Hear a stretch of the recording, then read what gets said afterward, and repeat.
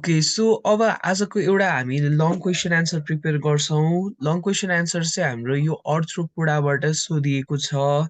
Old कोर्समा धेरै सोधिएको थियो र सँगसँगै अहिले पनि हामीलाई योबाट चाहिँ क्वेसन्सहरू लङमा सोधि नै रहेको छ। सोसल लाइफ इन अर्थ्रोपोड्स अथवा सोसल लाइफ इन इन्सेक्ट्स भनेर।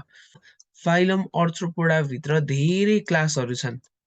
फाइलम अर्थ्रोपोडाभित्र धेरै क्लासहरू छन्। त्यो मध्येको एउटा क्लासले मात्र सोसियल बिहेभियर देखाउँछ and that class is none other than the Insecta. र यो क्लास इन्सेक्टाभित्र हामीले सबै प्रकारको इन्सेक्टहरूलाई राख्ने काम गर्दछौँ। सो यसरी फाइलम अर्थ्रोपोडाभित्र विभिन्न प्रकारका क्लासहरू मध्ये एउटा इन्सेक्टा क्लास हुँदो रहेछ र इन्सेक्टा क्लासभित्र चाहिँ इन्सेक्ट्सहरू मात्र राखिँदो रहेछ। र इन्सेक्टा क्लासभित्र इन्सेक्ट जुन पर्दछन् उनीहरूको एउटा टिपिकल क्यारेक्टरिस्टिक के हुन्छ भने कसरी चिन्ने इन्सेक्ट हो कि होइन भनेर हामीले थाहा पाउनु पर्ने कुरा हो भने एउटा फर्स्ट कुरा आइडेन्टिफाइङ क्यारेक्टर भनेको चाहिँ major that is it has got 3 pairs of leg.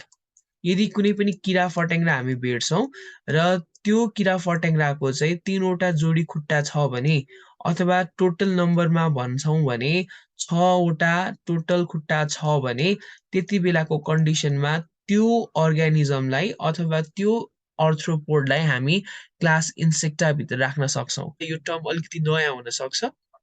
अब ट्रोफाइल्याक्सिसमा के याद गर्नु पर्यो भने यो ट्रोफाइल्याक्सिस भनेको के हो फर्स्टमा थाहा हुनु पर्यो। ट्रोफाइल्याक्सिस भनेको चाहिँ के हो भने mutual feeding behaviour. Mutual feeding behaviour अघिको पोइन्टमा हामीले कुरा गर्दाखेरि चाहिँ के कुरा गर्यौँ, एकअर्कामा खाना नदिकन बेसिकली आमा बुबाले आफ्नो छोराछोरीलाई मात्र खाना दिने कुरा गर्यौँ। तर यो म्युचुअल फिडिङ बिहेभियर जसलाई हामी ट्रोफाइल्याक्सिस भन्छौँ यसमा चाहिँ आमा बुवाले मात्र आफ्नो छोराछोरीलाई खाना दिने होइन कि एउटा एडल्ट जस्तै यो ए भन्ने एउटा एडल्ट एन्टले अर्को बी भन्ने एडल्ट एन्टलाई के गरिरहेको छ, खाना खुवाइरहेको छ। सो यसरी एकअर्कामा नै म्युचुअल तरिकाले खाना खुवाइरहेका छन् भने यो तरिकाको ट्रोफाइल्याक्सिस बिहेभियर हामीले सोसाइटीमा देख्न सक्छौँ।